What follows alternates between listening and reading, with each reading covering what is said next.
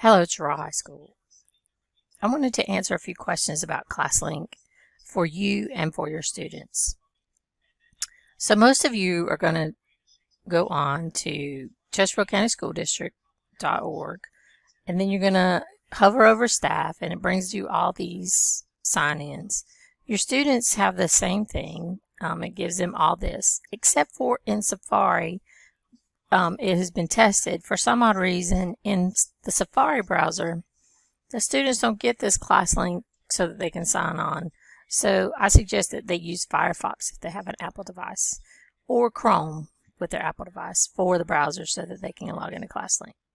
So let's log into ClassLink. I've already logged in. But what you're going to do is you're going to use your username and password that you would sign into the computer with.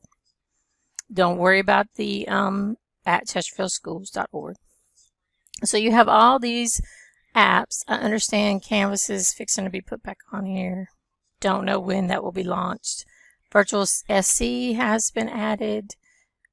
If you need to get to your hard drive, your H drive, then it is no longer on your computer.